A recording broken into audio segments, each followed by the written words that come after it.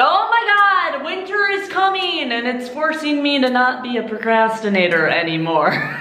Hey guys, it's yes or no. The days are getting shorter, which means I need to film in the mornings, which means I'm more chipper than I usually am. I'm gonna apologize for that up front. We all know the early bird is the most annoying one of the bunch. No, but I am gonna be a little bit more chipper, talkative today, because of this. A coffee mug jar filled with sweet, sweet questions from you guys. I don't know if you guys remember, but about a month ago I asked you to send me your extemporaneous speaking topics. And while I will not do this completely extemporaneously, like I'm obviously gonna cut out the parts of myself that are boring, I will answer your questions on the spot. Without further ado, let's get this party started. I'm gonna pop it. I'm gonna pop it out. Are you ready? Set. Oh, it did. That was super anticlimactic. Nothing came out. Okay, let's try it again. 1, 2. This is the one I'll answer. Okay. Oh. This is so relevant. It wants me to talk about advice on public speaking. This is a question from the Llama Queen. Woo! Let's go.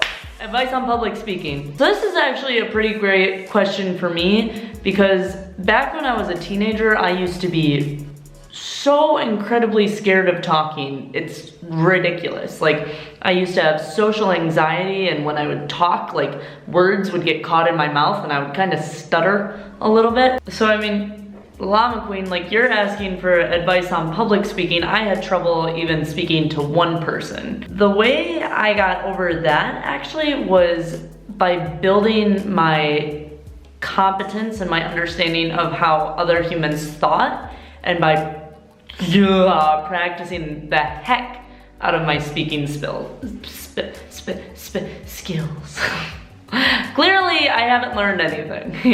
Obviously, we could all sit here right now and come up with a million ways to gain competence, right? Like read some books, watch some YouTube videos, talk to some, experts. But what I found really helped was just like observing people who you like to watch and then taking note of what it was that they did. So, like most high schoolers, I found that I was addicted to TV. And one of the TV programs I was obsessed with was Comedy Central Presents. It's basically the stand-up comedy show. And comedians are some of the best public speakers out there because they can make you laugh, they keep you captivated, they tell stories, and they have to roll with the punches, right? They tell a joke that goes sour, they gotta figure out how to reverse engineer that crap and make that milk fresh again, right? Like, comedians are good at their job. And so I would start to just take note at how they did it, What was their presence on stage?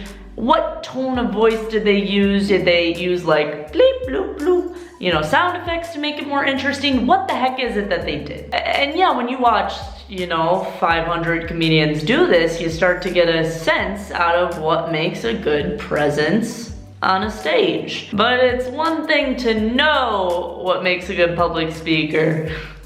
And another thing to be a good public speaker, right? Hey, you guys, real talk, I'm not about to tell you that practice makes perfect, but I am gonna tell you to practice. All right, now one more little food for thought, because I can tell you guys are hungry hippos.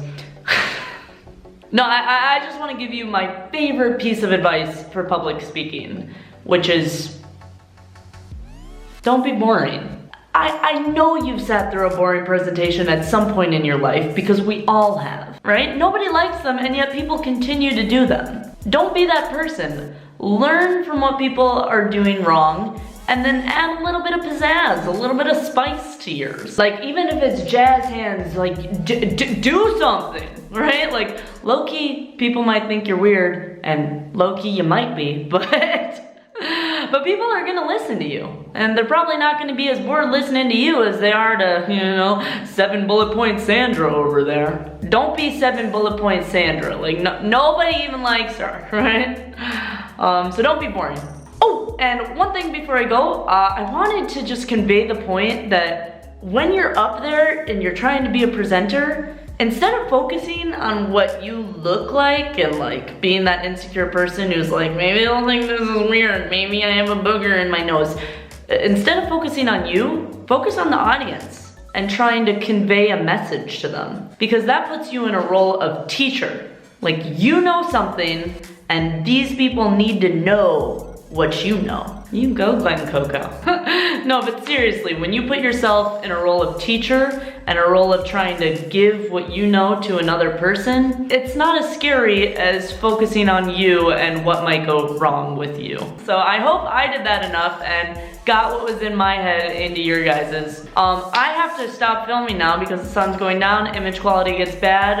That was your chirpy bird for the day. This night owl is saying, who wants to write me more topics down in the comment section below? I'll catch you guys on the flip side.